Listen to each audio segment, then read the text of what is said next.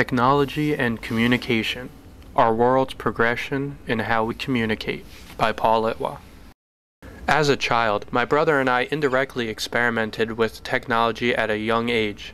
I remember one instance where we both took old cans of Chef Boyardee and punctured holes in the ends of them. Then we took some of my mother's yarn and we fabricated a means of communications from across 2 rooms. This is what brought about my interest in technology and communication.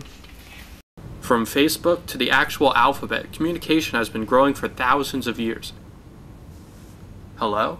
Some may link technological advances with things like robots or flying cars, but even something as basic as our country's alphabet is something that originated through communication, and it was a technology of its own.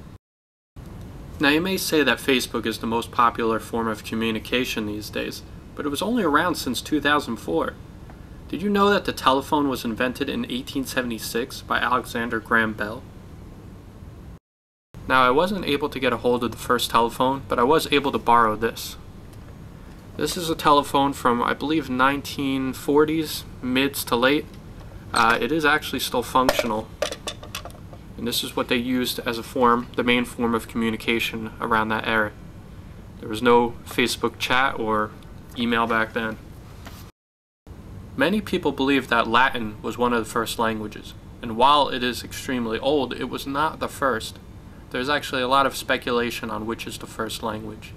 As far as my research could go, the closest answer would be Tamil.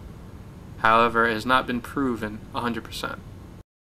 Now, getting away from the actual alphabet and the methods we use to communicate, the main focus these days has been how we can expand our horizon of how to communicate.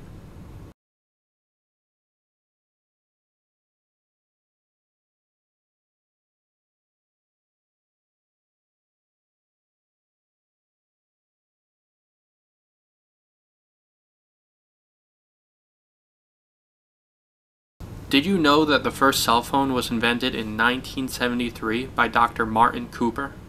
This technology allowed users to communicate with friends and family without wires.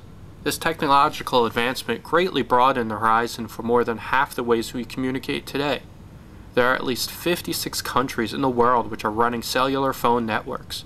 This number is constantly climbing with the expansion of technology. Though verbally speaking is not the only way we can communicate with others quickly these days. In 1971, Ray Tomlinson, a computer engineer from Massachusetts, developed a system for sending messages between 2 computers using the @ symbol to identify addresses. This is known today as email. So the next time you turn your cell phone on to check your text messages or your Facebook, remember that we didn't always have this technology and not so easy to carry around.